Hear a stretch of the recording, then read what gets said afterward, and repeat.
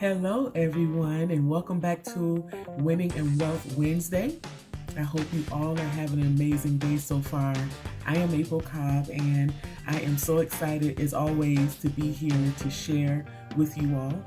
Um, Today, I want to continue to talk about winners' behavior. And one of the behaviors of a winner is that they have good time management.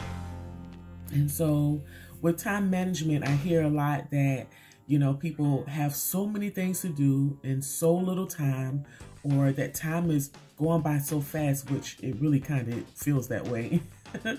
um, but today I just kind of want to talk to you about your time management because it's so important when you are living a productive life, when you are running a productive business, that you have good time management skills. And so one of the things that I want to offer, a tool that I want to offer you, is that you do a time audit. That you start with a time audit if you are having issues with time management, or if you just want to see where your time is going. And it's a simple task. You basically take a sheet of paper and you write out the times from the midnight to midnight. And for the next, say, 5 to 7 days, you jot down everything that you do every hour. Jot down everything that you do every hour. And at the end of the audit, at the end of the week, go back and look at the times and what you're spending your time on. You may just find out that you are spending your time on unproductive things, or that you're able to slide in something else, another task that you've been wanting to get done. You may find that you need to reorganize some things and switch your priorities up. You may find that you have more time than you actually think that you do. I've done this exercise a couple of times myself and realized that I was spending my time, a lot of time, on unproductive things like strolling social media, or talking on the phone, watching Netflix. I'm not saying any of these things are bad, but when you have goals and you're trying to achieve them, you got to make sure that you are using your time wisely, making good use of your time. Another thing is that as you are doing this exercise, know what time of day is that you're best or most productive. And you hear a lot of people say first thing in the morning they are the most productive. And that's fine for some people because you've slept the night before and you're refreshed and your brain had time to reset and you're ready to go.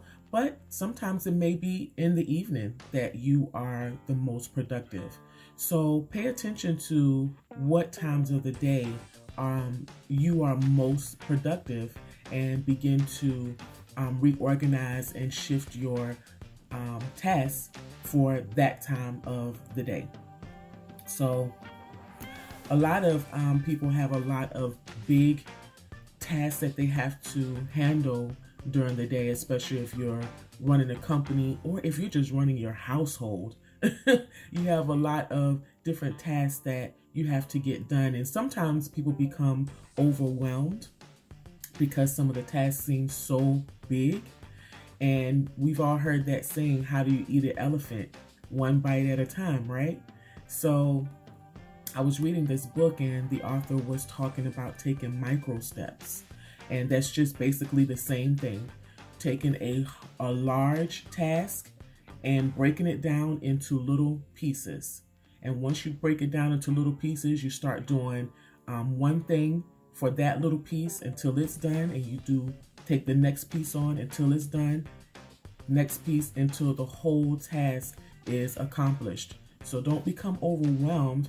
Just break it all down, prioritize it in importance, and then just take one little bite at a time. One little bite at a time, right? Put time limits on your task. Sometimes you got to put some time limits on some of the things that we're doing. And like I just mentioned, that, strolling social media, engaging with people on the phone, or even, Netflix watching is not bad all the time, right? So you got to set some time limits. You got to have some boundaries when it comes to these things. Just give yourself that time, maybe an hour, maybe 30 minutes, maybe 15 minutes to do these things, but make sure that they're not taken away from your productivity, not that you're not just sitting there mindlessly strolling through Pinterest for 3 or 4 hours. I'm guilty of that. And so we all have a to-do list, right? Well, I want you to also begin to make a done list. Make a done list. When you're doing all of these tasks, make a done list. And then at the end of the week, kind of celebrate yourself. Take the pressure off yourself. Sometimes we can be so hard on ourselves.